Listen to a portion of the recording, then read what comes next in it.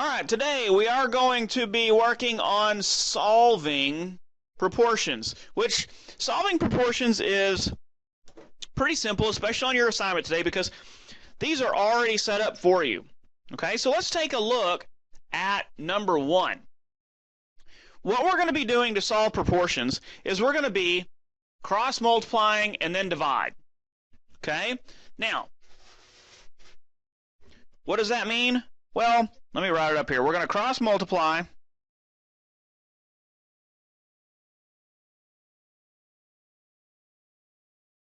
then we're going to divide. Okay, so let's take a look at number one, and I'll tell you exactly what I'm talking about. If you notice, we have two fractions right here. Okay, now we can only cross-multiply one set of these numbers because, well, yeah, there's only three numbers, and and my first fraction here has a p in the numerator, so I can't cross-multiply 3 times p and get a numerical answer. Yeah, I'd get 3p, but that doesn't do me any good.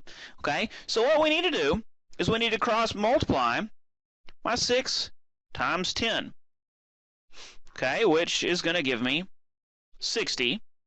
Then we have to divide by the number outside of my loop, or the number that I did not cross-multiply. So on this one, we're going to have 60 divided by 3, which, yes, gives me 20. Okay, so on this number one right here, p equals 20. And that's my answer. This is simple, okay? Now, some of them get a little bit more difficult, and something else that you might notice on number one right here, look, you know that 3 times 2 equals 6, 10 times 2 equals 20. Okay? There's several different ways you can look at these to solve them. Not all of them are that simple, but let's take a look at number 2. Number 2 says 6/10 equals 36 over x. Again, we have to cross-multiply the two numbers that are across from each other, which in this case is going to be 10 times 36, which, yes, gives me 360. Okay? Then I have to divide by the number outside of my loop, which in this case is 6. So I have to do 360 divided by 6, which 6 goes into 36 6 times. Yeah, which makes 60. So on this one right here, I know that x equals 60. Not terribly difficult. Now, again, on this one right here, you could look here and here and say, oh, 6 times 6 is 36. 10 times 6 is 60. Okay? Great. Let's move on to number 3. Number 3 says 4 over 36 equals x over 180. So let's cross-multiply these guys. And on this one, I'm going to have to divide by 36.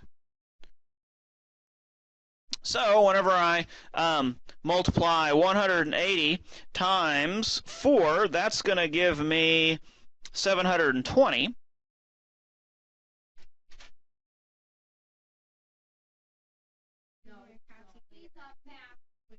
Okay, that gives me 720, which now I'm going to have 720 divided by 36. Well, 36 goes into 72 2 times. I have to add a 0 there. So I know that x, equals 20.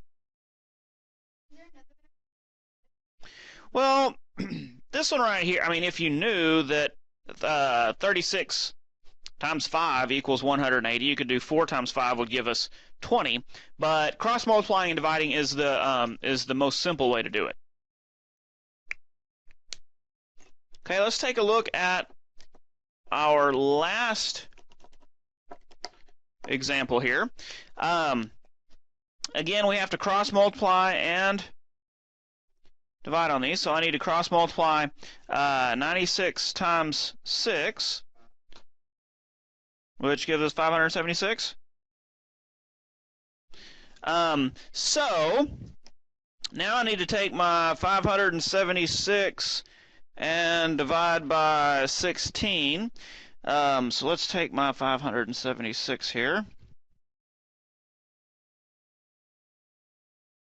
Divide by 16. I know that 16 goes into 57 3 times, which gives us 48, which gives us a remainder of 9.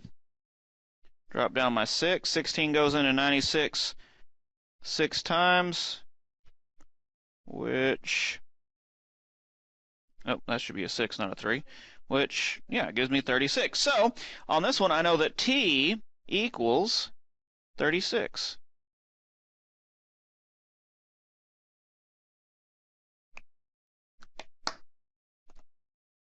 And that's really all there is to it, ladies and gentlemen. As you can see, it's not that difficult.